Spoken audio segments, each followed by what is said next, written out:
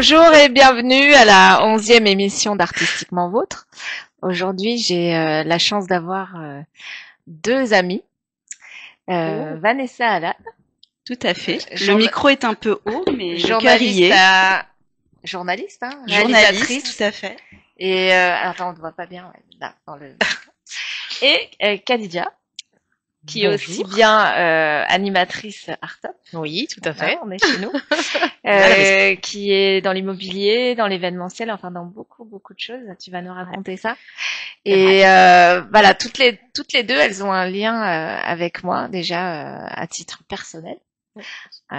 Donc là, comme on est off, on est en dehors de l'expo Carpe Diem, puisque Carpe Diem s'est terminé dimanche. Voilà, tout le mois de juin, à cheval jusqu'à début juillet, je vais faire des émissions où je vais inviter des gens, j'appelle ça des gens satellites, c'est-à-dire des gens qui gravitent autour de moi, mais qui sont pas forcément des artistes que je montre, mais qui sont des intervenants aussi bien dans le milieu artistique, culturel, médiatique, voilà. Donc vous avez toutes les deux votre place à mes côtés aujourd'hui et on va mettre ça va être en fait des portraits de vous, savoir un petit peu qui vous êtes. Et laquelle des deux veut commencer? Comme tu veux. Mais comme tu veux aussi. Ce qui est bien, c'est qu'on est toutes les deux d'accord. Que ce soit comme tu veux. Moi, je veux bien commencer. Allez, vas-y, Vanessa. Donc, Vanessa, déjà, comment dire, toi et moi, on se connaît depuis au moins, je calculais l'autre jour, 30 ans. Ça fait un petit moment, ça effectivement. Fait 30 ans, hein, ça fait 30. Je crois qu'on s'est connus à l'âge de 15 ans. Ça fait un peu plus, alors. On va pas faire de révélation. Ça fait, ouais, alors comme je suis plus vieille, ouais, c'est ça. Ça fait on va dire 30 ans, une trentaine d'années. Et c'est vrai que toi et moi, on savait pas un petit peu ce qui nous prédestinait dans la vie. Hein. On s'est connus adolescentes. Et c'est vrai que moi, je me rappelle déjà quand je t'ai connue, tes beaux yeux bleus. T'avais déjà des yeux extrêmement percutants, un regard terrible. Et non, mais c'est vrai. Non, t'as gardé ces yeux magnétiques, hyper magnétiques. Merci. Et non, mais c'est vrai. Et on s'est connus parce qu'on avait une amie en commun, voilà. Tout à fait, Katie. Qu'on salue. Si elle nous regarde. Si jamais elle nous regarde. Et c'est vrai que moi j'aime bien commencer comme ça par dire comment j'ai connu les gens, parce que il y a tellement de gens qui s'accaparent les amis des autres que. Non mais c'est vrai, t'as raison. Sans citer qui que ce soit, mais moi j'ai toujours ce besoin de remettre on dit la chapelle dans le village, l'église au milieu du village. L'église au milieu du village, voilà. Moi j'ai besoin à chaque fois de dire comment j'ai connu les gens, parce que je suis pas ingrate, voilà, j'ai beaucoup de respect de tout ça, voilà. Donc Vanessa t'es devenue une amie, mais t'étais l'amie d'une amie. Et on s'est pas trop perdu de vue en fait, finalement. On s'est toujours suivi, et puis heureusement qu'il y a les réseaux sociaux. Parce que tu as fait un très beau parcours, tu vas nous raconter ça. Alors notamment, moi j'ai suivi ça de très loin, donc tu seras plus à même de nous expliquer, mais je crois que tu as fait des études de lettres. Tout à fait, j'ai fait des études de lettres, j'ai fait une école de journalisme, voilà, un parcours assez classique. Oui, mais en tout cas, j'ai eu la chance de faire ce que j'avais envie. C'est ça. Voilà. Alors, on ne voit pas très bien. Là. On ne voit pas du tout, même à côté. C'est dommage. Attendez, hop là. On va se serrer un petit peu. Là. Et c'est vrai que moi, je me rappelle à l'époque, donc ça date un petit peu, mais t'étais sur TF1. Oui. Donc moi, j'étais impressionnée. J'ai dit, oh là là, Vanessa, TF1, c'est incroyable. C'était les belles années de TF1 en plus. En réalité, j'ai démarré chez Julien Courbet. Julien Courbet, je me rappelle, sans aucun sur l'émission Sans aucun doute. Okay. C'était Sud Télévision. Donc c'est lui qui m'a donné ma chance avec d'autres jeunes journalistes. Et c'est vrai que c'était une période très grisante, très excitante. J'imagine. Parce que déjà on aidait les gens, on faisait des sujets autour des arnaques, et puis il y avait la dimension duplex, on était sur le terrain pour aller négocier avec les parties adverses, et moi c'est vrai que j'adorais ça. J'adore le côté live, le côté on sait pas ce qui va se passer, mais on donne tout pour arriver à un but, parce que c'est dans l'instantanéité, c'est de l'humain, c'est du feeling, on doit s'adapter à l'instant T à une situation. Et moi, j'adore ça. J'aime bien l'improvisation. Donc, t'aimes le terrain. T'es une femme de terrain. J'aime le terrain. Disons, j'ai besoin du terrain. Je n'aime pas que le terrain, mais à un moment donné, j'ai besoin de m'extraire, on va dire, de trop de cogitation et d'aller me confronter au réel. Il y a un côté un petit peu cathartique que j'aime et qui est vecteur d'émotions. Quand on est sur le terrain, de manière générale, on vit des émotions et on est en interaction avec les gens et voilà, on ressent les choses plus fortement. Et alors, il y a eu un moment donné, c'était Confessions intimes aussi. Oui, tout à fait. Je me rappelle. Ah ben, j'ai passé plusieurs années sur Confessions intimes. Ouais, c'est ça. Donc là, ce qui est rigolo, c'est que ça m'a vraiment appris à caster des personnages, c'est-à-dire des gens en fait qui finalement sont comme toi et moi, mais qui peut-être n'ont pas de filtre et qui vivent leur passion pleinement, que ce soit des conflits de couple ou des passions débordantes. On a affaire à des gens qui vivent intensément les choses et c'est ça en fait qui les rend touchants. Et en fait, je pense que le point commun qu'on peut avoir toutes les deux, c'est qu'on aime les gens. Parce qu'en fait, pour suivre les gens, rentrer dans leur intimité, passer plusieurs jours avec eux et être dans une certaine justesse, faut les aimer. Ah bah c'est sûr, si t'aimes pas les gens, voilà, on peut pas être des machines. On peut pas dire voilà, on arrive, tchic-tchac, tu me donnes ça, tu pleures, on peut pas. On ne voit pas. C'est dommage, attends. Et faudrait que je bouge le micro, mais j'ai peur qu'il tombe. Non, mais tu peux peut-être le prendre, tu sais, prends comme la main, ça. regarde. Okay. Quelque chose en toi ne tourne pas rond. Je savais que ça allait partir. Trop drôle de dame. Oh, un joli clin d'œil. Et j'en profite pour faire un petit clin d'œil à Kat justement parce que toi je t'ai connue à Nogent. Ouais, c'est vrai. Les afterwork par une certaine Cécilia Bietto. Ouais. Qui m'a dit mais il faut absolument que tu rencontres Khadija, tu ne connais pas Khadija, mais qui ne connaît pas Khadija? Non, genre, mais je suis non, je regrette, je sais pas qui c'est. Donc alors je sais pas exactement quelle année c'était. Ça devait être entre 2017 et 2018. 2018, ouais. C'est ce que j'allais dire à peu près. Bah alors tu sais quoi, ça coïncide avec l'année de mes 40 ans. Ah. Et je me rappelle très bien parce que je commençais à avoir on savait que la galerie allait se fermer. Enfin, tout ça, c'était des années pour moi qui étaient en train j'étais en train d'évoluer. Et c'est ça, cette belle rencontre avec Cécilia qui me dit mais il faut que tu connaisses Cad, c'est pas possible. C'est vrai. Et donc elle m'a traînée, elle m'a dit tu dois aller aux afterwork de Kirk. Donc à l'époque tu faisais des afterwork. Ouais. Et c'est vrai que j'en garde un merveilleux souvenir. Ouais, je suis très contente, c'est gentil, merci. Déjà c'était ma première fois. Ouais. Ça n'existait pas, enfin du moins dans mon monde à moi ça n'existait pas. Ouais. J'en avais jamais fait, je savais pas à quoi ça ressemblait. J'avais même un peu de stress avant d'y aller. Je me disais oh là là comment ça va se passer, mais il faut venir avec des cartes. Mais s'il faut se présenter, mais moi je sais pas faire. Donc j'étais paniquée, je me rappelle, mais j'ai gardé un super souvenir. J'ai trouvé que c'était très sympa. Bah écoute, je t'en remercie. C'était très spontané, c'était authentique, c'était à ton image, voilà. Moi, qu'est-ce que c'est moi Et après, malheureusement, ma pauvre, tu t'es fait piquer pas mal de tes idées, pas mal de... Parce que voilà, on copie toujours les gens qui ont du talent. Et moi, c'est gentil de me dire ça. Non, mais alors, c'est vrai. Non, mais c'est vrai, je le pense. Et voilà, donc mon souvenir était là. C'est que après, il y en a plein qui ont voulu faire comme ça. C'est vrai. Ah oui. Mais mon premier souvenir, très sincèrement, c'était toi. Et c'est vrai que c'est des très bonnes idées parce qu'après j'ai vu il y a plein d'apéros, machin, des petits déj improvisés, des trucs comme ça, mais il n'y a pas l'atmosphère qu'on trouvait chez toi, quoi. Oh, non, mais c'est vrai. Ça va être la séquence émotion, je vais mettre à pleurer. Tu vas essayer de me faire pleurer sur ton émission, mais c'est mon tour. Et non, il faut dire ce qui est, c'était et je me suis dit elle a vraiment un truc et je me rappelle j'avais traîné ma sœur qui à l'époque ne sortait pas tant que ça et elle m'a dit elle était d'accord avec moi que t'avais un vrai bagou, c'était vraiment ton truc, t'étais douée pour l'événementiel. Et moi à l'époque je me disais mais j'en suis incapable de faire ce qu'elle fait. Elle a un peu d'émotion là dans le regard. Ouais.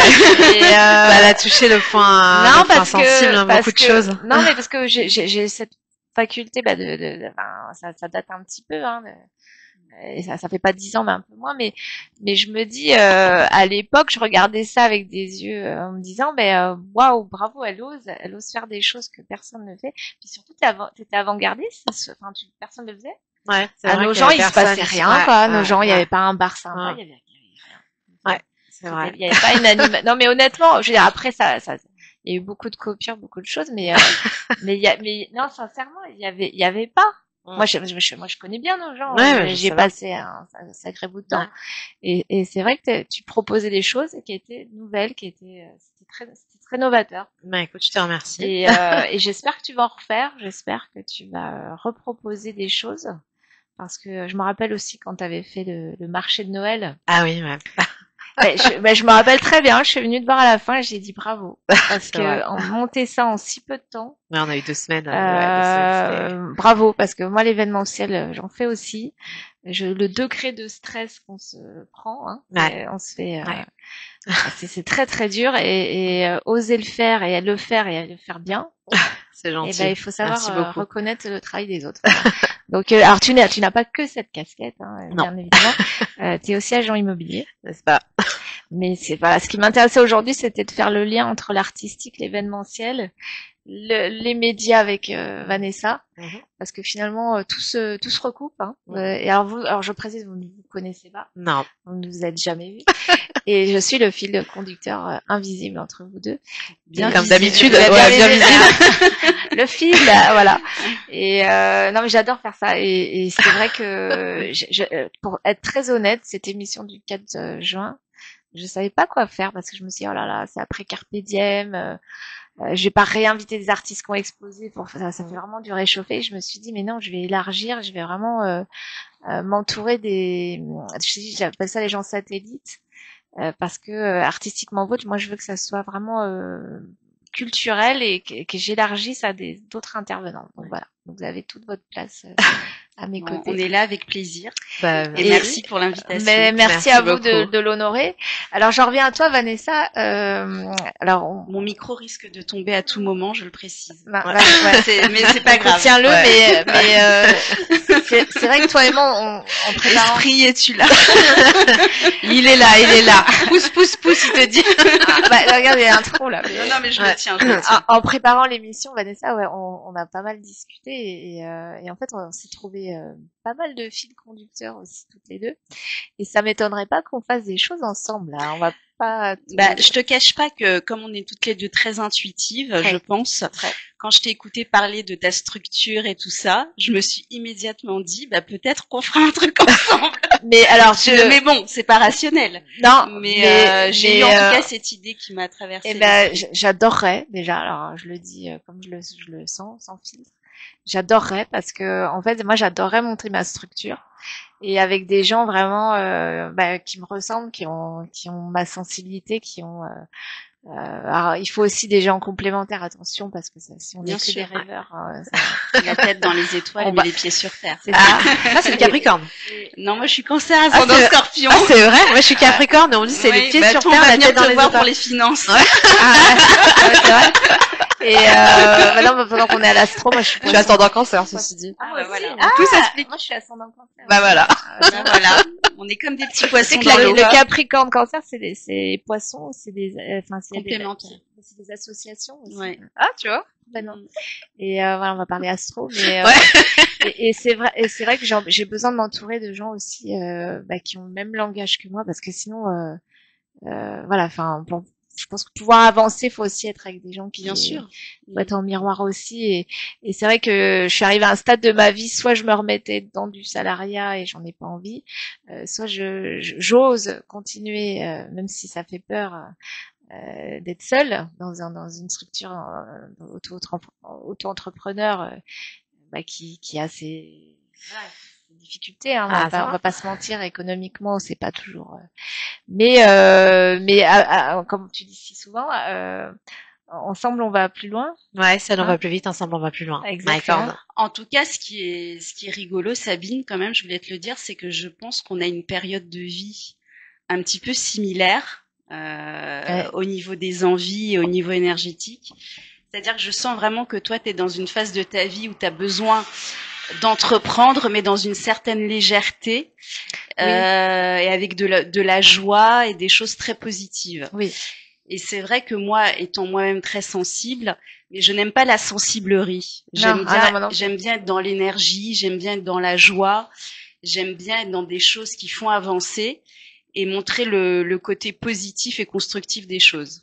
Voilà. Totalement. Parce que des épreuves, des déceptions, on en a tous dans la vie. Ah, ça.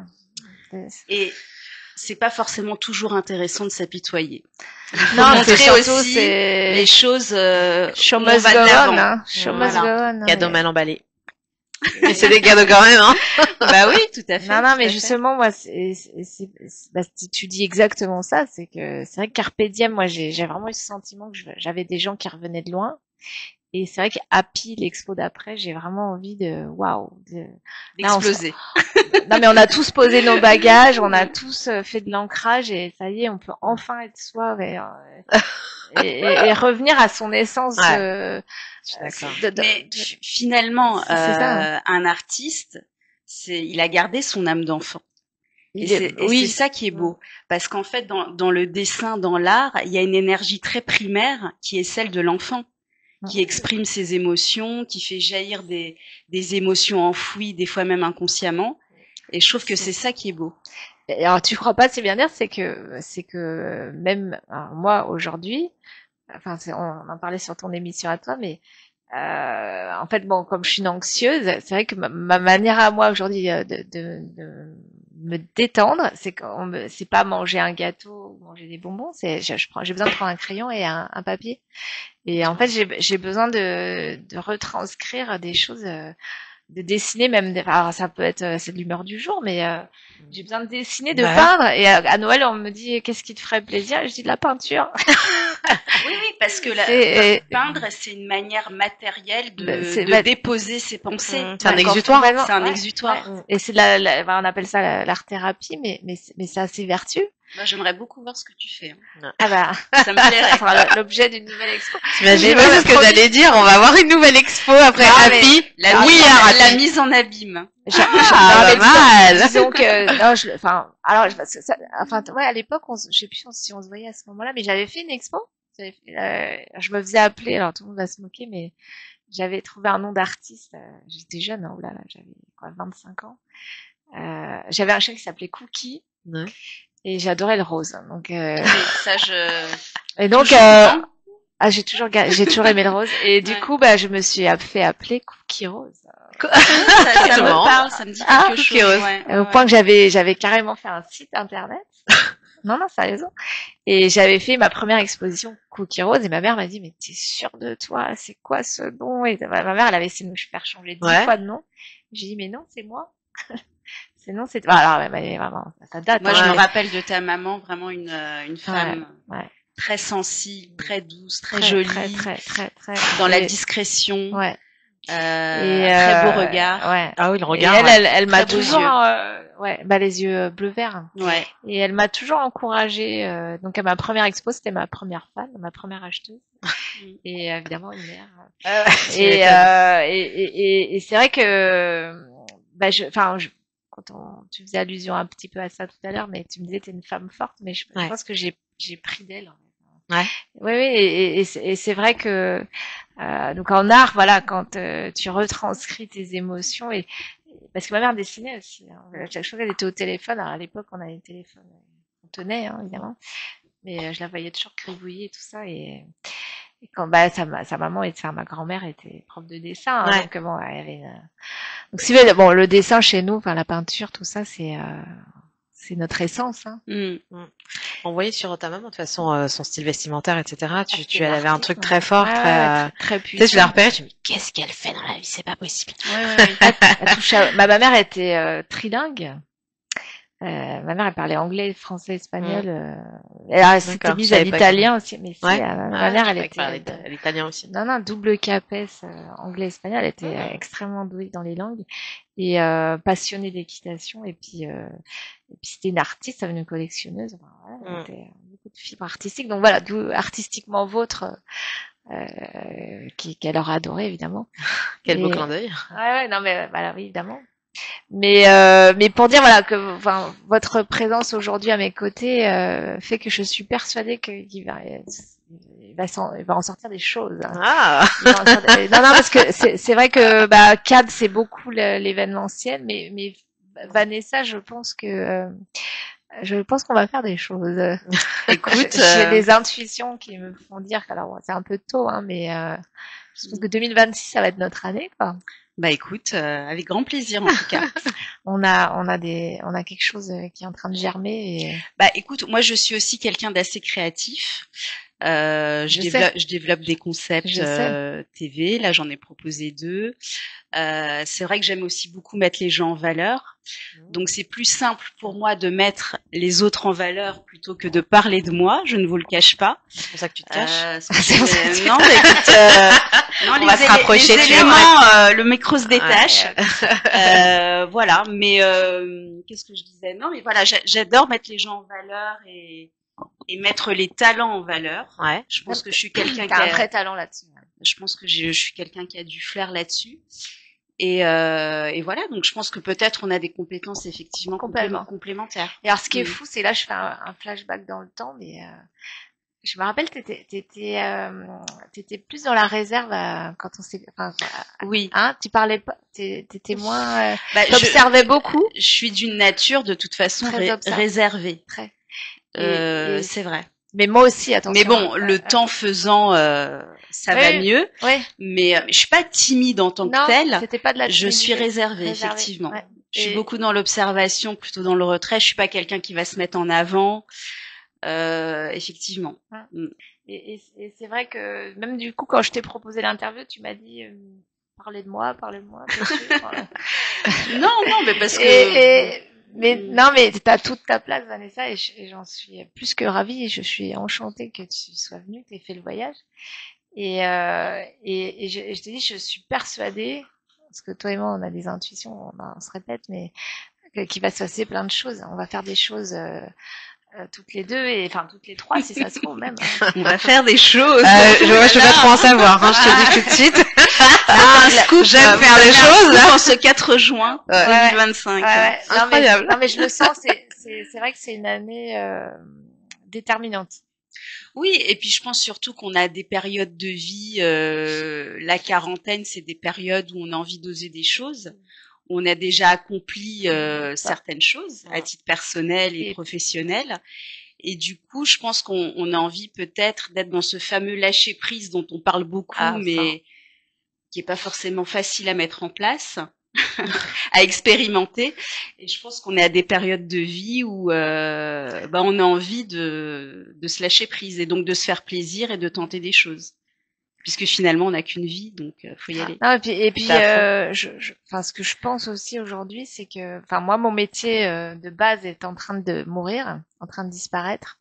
Enfin, j'aime pas dire mourir, mais il est en train d'évoluer.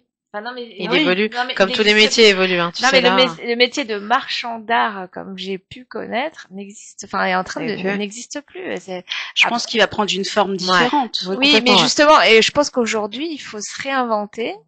Avec une société qui évolue constamment, avec les technologies, les réseaux sociaux. Enfin, à l'époque, on s'imaginait pas qu'on allait travailler avec les réseaux sociaux.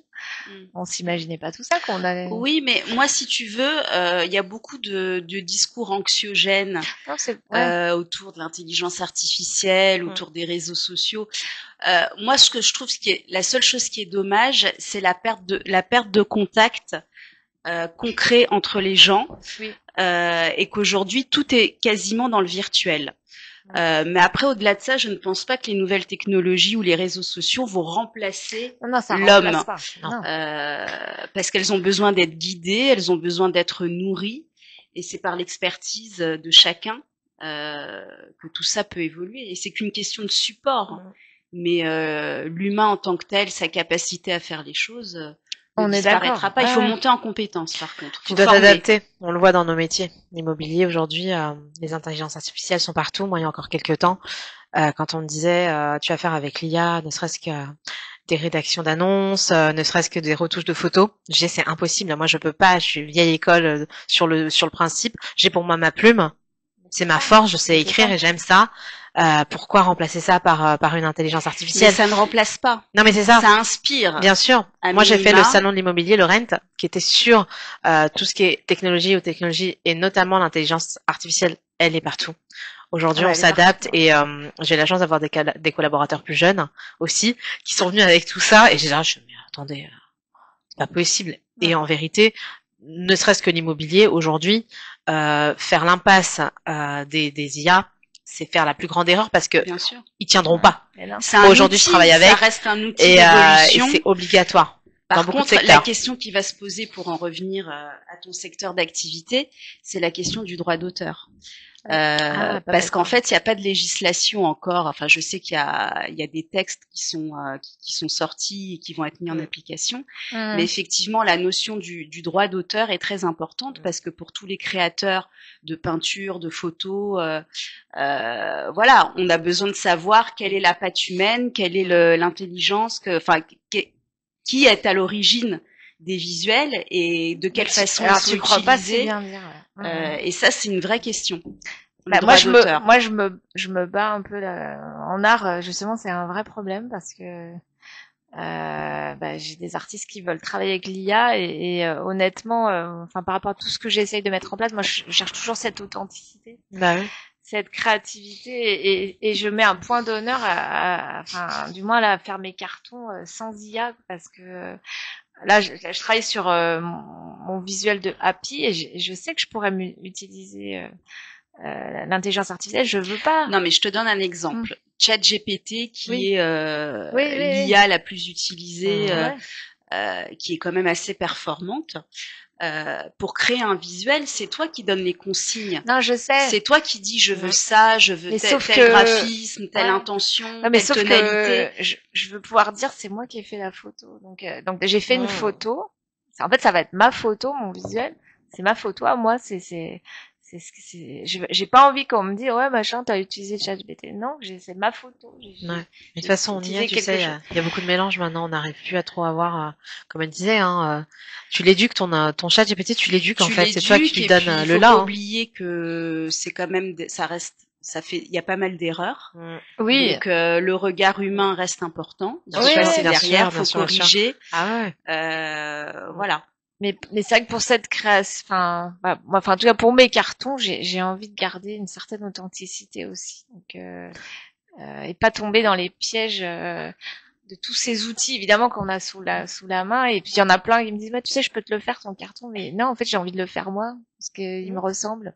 Ah oui, tu as raison. Et donc, je l'ai pas encore. Enfin, je suis en train de réfléchir, je l'ai pas fini. Mais voilà. Tout ça pour dire, mais c'est vrai que, tu soulèves un sujet qui m'intéresse beaucoup, l'IA, parce que c'est dans tous les domaines. Ah oui. Je viens de faire une formation, c'est pour ça. Je me disais, elle a beaucoup de choses.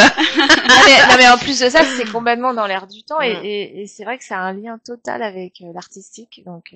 Et moi, je pense que quoi qu'il arrive, il faut être dans l'air du temps. Mais complètement. Faut pas rejeter la nouveauté, faut pas rejeter voilà, faut essayer de se l'apprivoiser et d'en faire un outil. Voilà, la seule chose pour laquelle il faut se battre, je pense, c'est la transparence. Voilà, à partir du moment où tu dis voilà, j'ai fait ça avec tel outil. Dans quelle proportion. T'as vu que sur les réseaux, c'est ça, c'est la transparence. Tu dois mettre c'est lié. Ouais. Mais non, mais tu vois, par contre, moi, ce qui m'intéressait, là, je regardais pour mon carton, c'est que je veux garder mon carton authentique, mais par contre, je vais utiliser l'IA pour, je sais même pas si c'est l'IA, mais c'est les logiciels, tu sais, pour faire des effets, tu vois. Ça, c'est différent. De vidéo, ça reste sans le mettre en scène. Ouais, tu vois. Il vaut mieux, au final, une fois qu'on a le gros de son travail qui est fait, le gros de son visuel, faire appel à un vrai graphiste qui va être dans la finesse, qui va faire un travail personnalisé. Enfin, moi, je reste convaincue que les savoir-faire métiers ne vont pas disparaître. Non, ils vont s'adapter. Ah non, ils vont changer. Ils vont devoir s'adapter. Ouais. Mais ils vont pas disparaître. Non, mais ne vous inquiétez pas. non, mais heureusement que après avoir fait peur, vous êtes terrorifiés. Les graphistes, dit-elle avec ses beaux yeux. Là, on ne voit pas mes yeux à chaque fois. Mais nous, on les voit, parce qu'en fait, ils sont tout brillants. On les a en direct. Elle est trop belle. C'est gentil. Non, mais c'est vrai. Tu illumines, c'est beau.